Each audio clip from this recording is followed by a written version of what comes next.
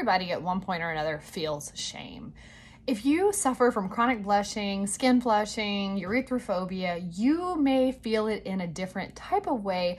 Not necessarily that your shame isn't similar to what others experience, but we have a physical manifestation that makes us turn red. So in this video, I'm going to talk about shame and blushing, so stick around. Shame is a feeling of humiliation. It is a feeling of foolishness, as if you've done something wrong, as if something is off with your behavior. And we're taught it at a very young age. For most of us, it happened while we were in school, maybe around parents and family, but for a lot of us, it happened in school. I know for me, one of the biggest things I tried to avoid was to be called out for being different. I don't know if that's for me because my background, I grew up in a wealthy area, but I myself was not wealthy, and therefore I didn't want to be seen as different in regards to the clothes I wore, or the shoes I wore. That was a big deal, the type of shoes you wore.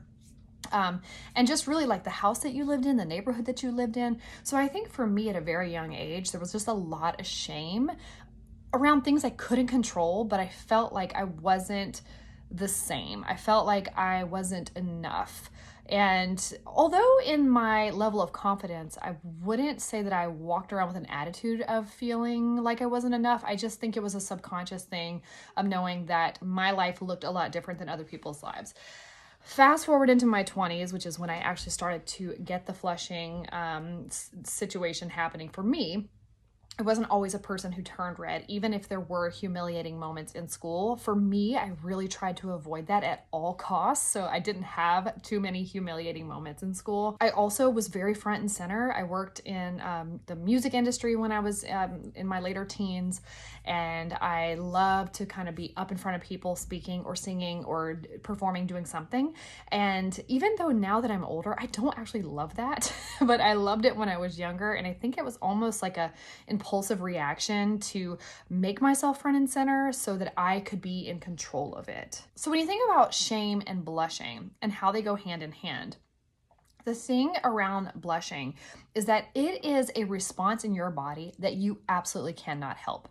You can't decide if you're going to make yourself turn red or not. Like if you could turn it on and off, I have a feeling that most of us would never turn it on. Why would we want to be red?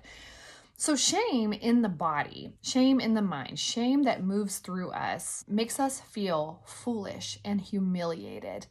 So it's almost like this cycle constantly of like what came first, the chicken or the egg. The cycle is that maybe you feel shame and then you blush, or you blush and then you feel shame. And either way, you don't have control over that. Now that can feel very defeating. But I think we need to break this down in a few different parts. The first is knowing what shame is and being able to identify what is shame, where does it come from? Humiliation, that painful feeling of a behavior that you feel dumb about, feeling like you don't compare, feeling like you are different, but not in a good way. And the connection between turning red and shame is that we're feeling like we should not be doing that. When other people aren't doing it, it's making us look different, feel different, and a lot of times with blushing, it tells a story that we don't get to tell. A lot of people think that blushing means that you are embarrassed, or that you're scared, or you're anxious, or you're feeling angry, or all these other emotions is what's making you turn red, because oftentimes when we see somebody turn red, it's very rare, but it's because they either got really angry, or they were really scared, or they're really passionate about something, and all of that is normal. But when it's just a regular day and there's no tension and somebody next to you starts turning red, even in just a general conversation, it immediately sends out a message that something is wrong, or so we think. When you are the person who's dealing with the redness, you think the world around you is perceiving some major message. And the truth is, they're not. What we do internally is we start to feel shame because we turn red, thinking that the rest of the world is thinking something about it. I'm not saying that they won't ever say something about it, because I think we've all experienced somebody saying, "Oh my gosh, you just turned so red. What just happened? Are you okay?" Which makes us feel even more shame. But I think it's about reframing our thoughts around what we think about the redness. I have met a few people, some on this channel and just some outside of the channel, that they actually do turn red, but they just don't care. And so because they don't care, it doesn't impact them in such a negative way, and they don't feel shame about it. So the psychological connection is not there.